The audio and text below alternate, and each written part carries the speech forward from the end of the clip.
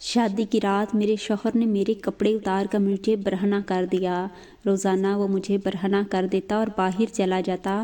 ایک دن جوانی سے مجبور ہو کر شوہر کی قربت کرنے کا کہا تو اس رات میں بیٹھ کے ایک کونے میں سمٹ کر بیٹھی تھی۔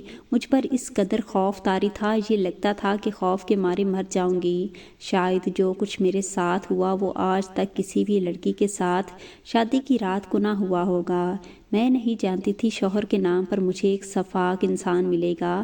میں ایک یتیم لڑکی تھی اور یتیم خانے سے ہی وہ شخص مجھے نکاح کر کے لے آیا تھا۔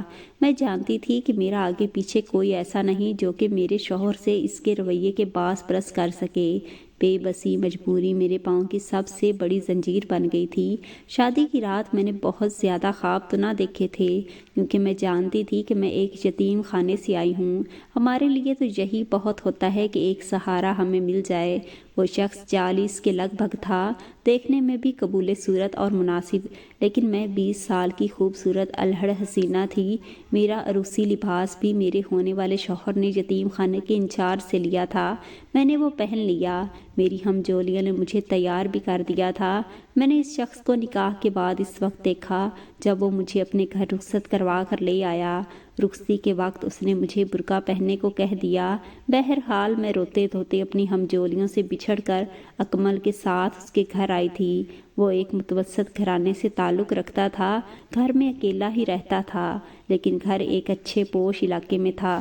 گھر صاف ستھرا بنا ہوا تھا، 3-4 کمروں کا مکان تھا، جہاں رہنے والا بس وہ ایک ہی تھا۔ یتیم خانے کے انچارج نے مجھ سے یہ کہا اس نے تمہاری تصویر دیکھ کر تمہیں پسند کیا ہے۔ بہرحال میں نے اپنی آنکھوں میں کوئی زیادہ خواب نہیں سجائے تھے۔ میرا ہاتھ تھام کر اکمل نے مجھے کمرے میں بٹھایا تھا، پھر کہنے لگا کہ اپنا برقع اتار دو، میں کچھ دیر بعد آتا ہوں۔ یہ کہہ کر وہ کمرے سے چلا گیا۔ میں نے اپنا نقاب اور برقع اتارا، کمرے کو ستائشی نظروں سے دیکھا، کیونکہ کافی خوبصورت فرنیچر میرے کمرے میں سجایا گیا تھا اور اس وقت تو پورا کمرہ پھولوں سے مہک رہا تھا۔ میں خوش تھی۔ اب تک کی محرومیاں مجھے اکمل کے گھر پر پوری ہوتی نظر آ رہی تھیں، لیکن میں یہ نہیں جانتی تھی کہ یہ میری آزمائشوں کی ابتدا ہے۔ کچھ دیر بعد جب اکمل کمرے میں داخل ہوا تو اس کی سانولی رنگت، موٹے نئے نقش اور بھرا وجود دیکھ کر میرا دل تو جیسے کٹ کر رہ گیا تھا۔ مجھے لگا کہ یتیم خانے کے انچارج نے میرے ساتھ بہت بڑی زیادتی کر دی ہے، لیکن یہ میری قسمت تھی اور میں اپنی قسمت سے لڑ نہیں سکتی تھی۔ ماں باپ تو تھے نہیں جو مجھ سے میرے رشتے کی بابت دریافت کرتے، مجھے تصویر دکھا کر میری رضامندی پوچھتے۔ یتیم خانے میں تو جو جیسا رشتہ آ جائے بس لڑکیوں کو بیاہ دیا جاتا ہے۔ میں نے اپنا دل قابو کیا اور یہ سوچا کہ چلو ہوتے ہوتے مجھے اپنے شوہر سے محبت ہو ہی جائے گی۔ میں نہیں جانتی تھی کہ وہ شوہر نہیں بلکہ ایک شفاق انسان ہے۔ شادی کی رات بجائے میرے پاس بیٹھنے کے وہ سامنے اپنی ریوالونگ چیئر پر بیٹھ گیا، اپنی ٹانگ پر ٹانگ رکھ کر جیب سے سگریٹ نکالی اور پینے لگا۔ میں دلہن بنی بیڈ پر بیٹھی ہوئی تھی، اس کی بے باک نظریں میرے وجود پر سفر کر رہی تھیں۔ میں اس وقت بے حد نروس تھی۔ کچھ فطری سی بات تھی اور کچھ مجھے اپنے شوہر کی نظریں اچھی نہیں لگ رہی تھیں۔ مجھے وہ رات اور سکون نہیں بخش رہی تھی جیسا کہ اس رشتے کا تقاضا ہوتا ہے۔ اس نے کہا کہ اے لڑکی، اپنا دوپٹہ اتارو۔ یہ سن کر میں نے اسے دیکھا تھا، میں نے اس کی جانب دیکھا، میری آنکھوں میں حیرت تھی۔ شوہر کو تو چاہیے تھا کہ یہ میرے پاس بیٹھا مجھے اعتماد میں لینے کی کوشش کرتا، لیکن اس نے جو کچھ میرے ساتھ کیا ناقابل فہم تھا۔ بڑا متکبرانہ سا تاثرات میرے شوہر کے چہرے پر میں دیکھ کر مزید گھبرائی تھی۔ اب میں عجیب سی کیفیت میں مبتلا تھی کہ بھلا یہ کیا طریقہ ہے۔ جب اس نے دوبارہ سے سخت لہجے میں کہا کہ تمہیں سنائی نہیں دیتا، اپنا دوپٹہ اتارو، میں گھبرا کر اپنے دوپٹے سے پنی اتارنے لگی۔ میرے ہاتھ خوف کے مارے لرز رہے تھے۔ اکمل سامنے بیٹھا سگریٹ پی رہا تھا اور میری طرف ٹکٹکی باندھے دیکھ رہا تھا۔ کچھ میں اس کی نظروں سے نروس تھی اور کچھ اس کی عجیب سی فرمائش پر میں نے اپنا عروسی دوپٹہ اتار کر بیڈ پر رکھ دیا۔ اب تو اس کی چبھتی نظریں مجھے مزید الجھن میں مبتلا کر رہی تھی۔ مجھے شرم سی محسوس ہو رہی تھی۔ وہ کہنے لگا کہ اپنے زیورات بھی اتار دو۔ اس کی ہر بات مجھے پریشان کر رہی تھی۔ میں نے تمام زیورات اتار کر رکھ دیے، لیکن اس کے بعد جو کچھ اس نے مجھ سے کہا میں نے صاف انکار کر دیا اور فوراً سے کھڑی ہو گئی۔ میرے انکار پر تو جیسے اکمل کی آنکھیں لہو رنگ ہو گئی تھیں۔ وہ غصے سے کھڑا ہو گیا اور میرے پاس آ گیا۔ کہنے لگا تمہیں سنائی نہیں دے رہا میں نے تم سے کیا کہا ہے؟ اس کے لہجے نے میری جان ہی تو ہوا کر دی تھی۔ میں نے کہا کہ میں آپ کی یہ بات نہیں مان سکتی۔ وہ غصے سے کہنے لگا کہ اگر میری بات سے تم نے انکار کیا تو میں تمہارا حشر بگاڑ رکھ دوں گا، لیکن میں کسی قیمت پر اس کی بات نہیں مان سکتی تھی۔ میں نے کہا میں یہ سب نہیں کر سکتی۔ اس نے ایک زوردار تھپڑ میرے منہ پر مار دیا۔ کہنے لگا اپنی اوقات بھول گئی ہو؟ اگر میری بات سے اختلاف کیا تو جان سے مار ڈالوں گا۔ اس کے غضبناک لہجے پر میرا دل سوکھے پتے کی طرح کانپا تھا۔ میں رونے لگی۔ مجھے ایسے سخت رویے کی امید نہیں تھی۔ میں گھبرا کر ذرا سا پیچھے ہٹی تو اس نے میرے بالوں سے مجھے پکڑ کر اپنے قریب کیا۔ میرے چہرے کے برابر چہرہ لا کر غصے سے اپنی لہو رنگ آنکھیں میری آنکھوں میں ڈالتے ہوئے نہایت سخت لہجے سے کہا، چلو وہ کرو جو میں نے تمہیں کہا ہے۔ میری آنکھوں سے بتدریج آنسو بہنے لگے۔ میں نے اس بے رحم شخص کے سامنے ہاتھ جوڑے کہا، مجھ سے ایسا کام مت کرواؤ، میں یہ سب نہیں کر سکتی۔ عورت تو حیا کا پیکر ہوتی ہے، اسے حیا میں ہی رہنے دو تو بہتر ہے۔ میری بات سن کر وہ ہنسنے لگا۔ کہنے لگا جس جگہ سے تم آئی ہو کیا میں واقف نہیں ہوں کہ وہاں کیا کچھ نہیں ہوتا؟ میرے سامنے زیادہ ڈرامے بازی مت کرو۔ میں جانتا ہوں کہ یتیم خانے کی آڑ میں کیا کیا وہاں پر رنگ رلیاں منائی جاتی ہیں، جب تو وہاں پر موجود مردوں کے دل بہلا سکتی ہو، لیکن میں تو زیادہ حق رکھتا ہوں۔ آخر تمہیں زمین سے اٹھا کر میں نے آسمان پر بٹھایا ہے۔ اچھا رہے گا تو وہی کرو جو میں تمہیں کہہ رہا ہوں۔ میں اسے حیرت سے دیکھ رہی تھی۔ ہمارا یتیم خانہ بالکل ویسا تھا جیسا وہ سمجھ رہا تھا۔ ہماری انچارج بہت اچھی تھیں، ہمیں اس نے بالکل ماں کی طرح ہی پالا تھا، ہماری حفاظت بھی کی تھی۔ میں یہ نہیں جانتی تھی کہ دوسرے یتیم خانوں میں یتیم لڑکی ہوں اور عورتوں کے ساتھ کیسا برتاؤ کیا جاتا ہے اور کون سے کھیل کھیلے جاتے ہیں، لیکن میں نے جب سے اس یتیم خانے میں آنکھ کھولی تھی ہماری حفاظت بالکل ایسے کی گئی تھی جیسے سگی بیٹیوں کی جاتی ہے۔ میں نے اکمل سے کہا، آپ کو غلط فہمی ہوئی ہے اکمل، ایسا کچھ نہیں جیسا آپ سوچ رہے ہیں۔ اس سے پہلے کہ میں کچھ اور کہتی اس نے اپنے ہاتھ کی گرفت سے میرے بالوں کو بری طرح سے کھینچا۔ کہنے لگا بکو مت، مجھے سمجھانے کی کوشش مت کرو، اتارو اپنا لباس۔ یہ کہہ کر اس نے مجھے دھکیلتے ہوئے چھوڑا تھا۔ میں زمین پر گرتے گرتے بچی تھی۔ میں نے تو سنا تھا کہ شوہر بیوی کا لباس ہوتا ہے۔ اللہ تعالیٰ نے میاں بیوی کا رشتہ بہت ہی پاکیزہ بنایا ہے، شرم و حیا کا حکم دیا ہے۔ میاں بیوی کو ایک دوسرے کا لباس انسان کو ڈھانپ لیتا ہے۔